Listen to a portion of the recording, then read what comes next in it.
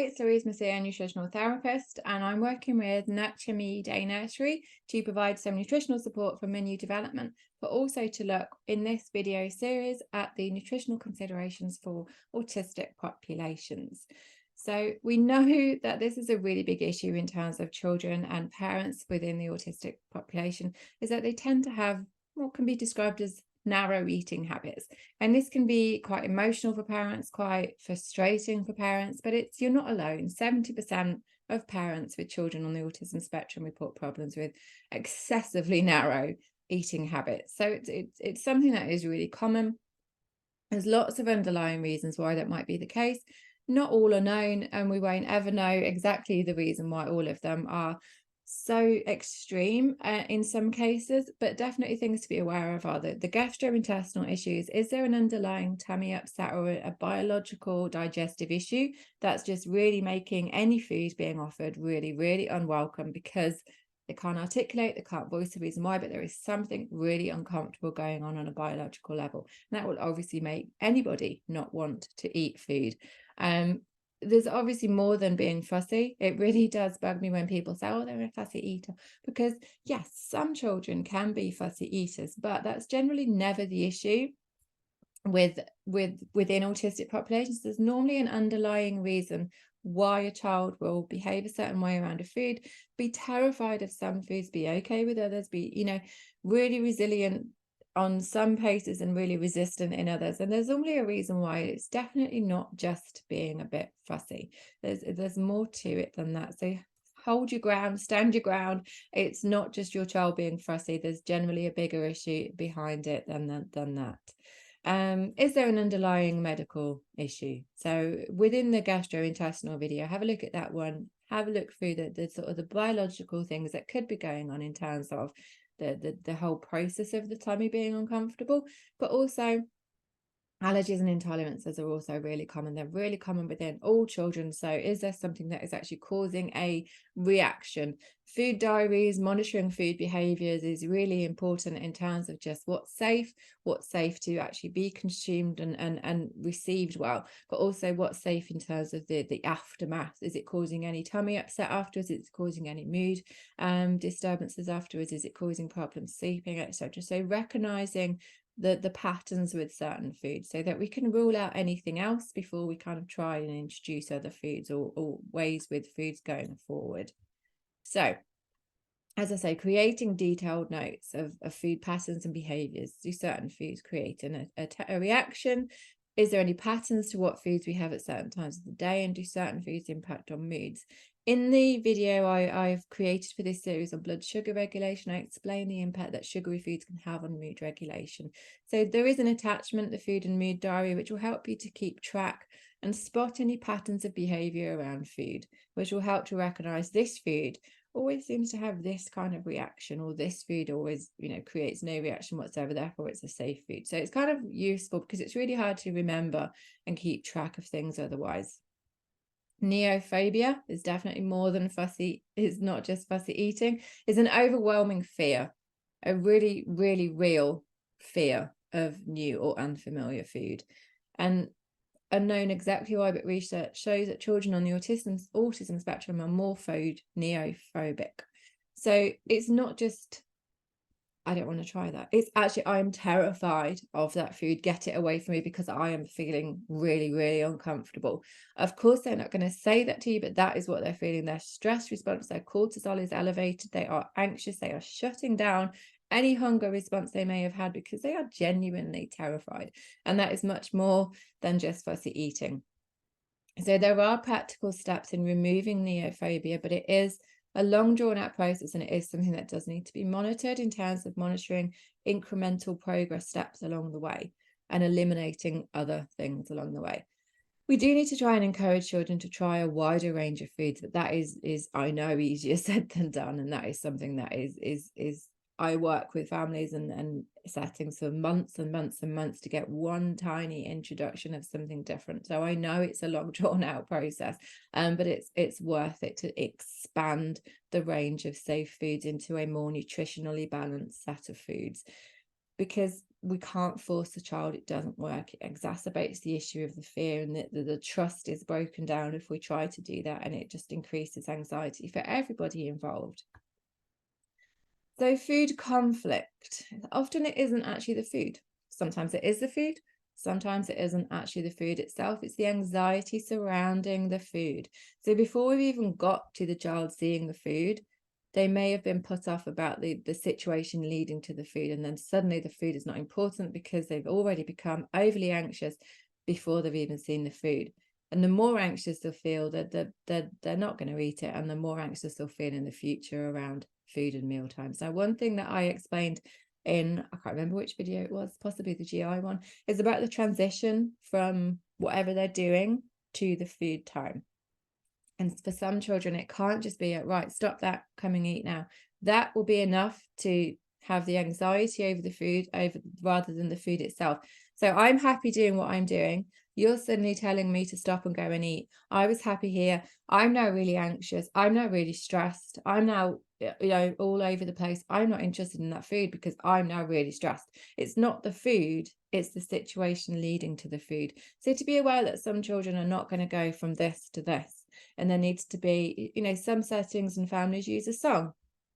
I'm not going to sing. I'm certainly not a singer, but creating a song that is a transition. So we're moving from this, we're going to go and eat some food, make it up, have fun with it. Children are very forgiving. Make a song about, we're going from playtime now, we're going to go and we're going to try some yummy foods, we're going to go and sit down or not. I've also explained that some children have trouble sitting due to low postural tone, etc., etc. But we're going to transition to food. We're going to make a big thing about it. We're going to have some fun with it. We're going to move. We're going to transition. We're going to try and ease any tension over that transition by having a fun transitional activity, so that we're not getting to the food already in a state of heightened anxiety. We're getting to the food perhaps a little bit more relaxed. It might take some time. Most things do. It might take a bit of time, but we're going to get to the food having understood that that song means we're stopping this and we're going to go and do this. But that song is the transition. That it doesn't have to be a song. And I'm going on about it. It could be something else. You could play some music. You could play some instruments. You could do whatever you like, as long as there was something to ease the tension of that transition. Does work. I've seen it work. So we need to then try and expand the safe foods. And this is where it can take a very, very long time. This is where a high degree of patience is required. We know that there are so many issues with introducing foods, and for many it could be sensory. So we do not have rigid table manners. We do not say you need to sit there and eat a knife and fork, because for some, they need to be able to actually trust the food before they would even taste it. So they need to touch it, they need to smell it, they need to feel what it's like, and they might not eat it, but for some, touching it, smelling it, that's progress. That's progress. Leave it there. Don't force it. They've made progress. They've gone to that stage. Next time they might go a stage further. It's about recognizing the child's what they want to do. We can't leave them to be fully in control, because obviously we need to make sure that they are getting some nourishment. And obviously if there is a real pattern of not eating at all, then that requires a different level of intervention, just in terms of ensuring that they are getting the nutrients that they need in some way, shape or form. But that's kind of a separate issue. Allowing them to smell and touch the food and not being really strict on sit there and use knife and fork is really important, because it's really important for them to trust the food that they're expected to eat. And it's really unlikely that a child will eat a whole plate of food. So if they're presented with a whole plate of food, it's going to be really daunting and intimidating, and it will put them off, and it will increase the stress, and it will increase the anxiety. Smaller bits, little bits. Let them think, oh, they've got that, I want that. Let them want it instead of giving it to them. Children are more likely to eat something if they can help themselves to it. And I don't expect you to put out an entire buffet because that's time consuming and labor intensive, but just having an element of choice and freedom. And obviously you've controlled the choices, so they're not really in control because you've put the things there. But just to think, oh, Fred's having that. Well, I might try that. Might not work, might not, might. You never know. But children are more likely if they feel in control and if they feel independent, they are more likely to try something than if they feel it is being imposed on them. Children like to feel independent and in control. And no matter how frustrated we feel at what might feel like very little progress, we need to be very, very, very vocal with our praise and very encouraging. If they've made get to the table, pick up a plate, that's progress. Look at food, that could be progress from being scared to even look at it. Anything, even if they haven't, the praise doesn't have to just come when they eat. The praise has to come in the steps leading to eating as well, because that will be more likely to encourage them to get to the point of actually eating. Praise, praise, praise, but never praise with and reward with food. So never come and eat this and you can have this chocolate. That's not the kind of praise and reward that we want to be creating associations with. Praise, praise, praise.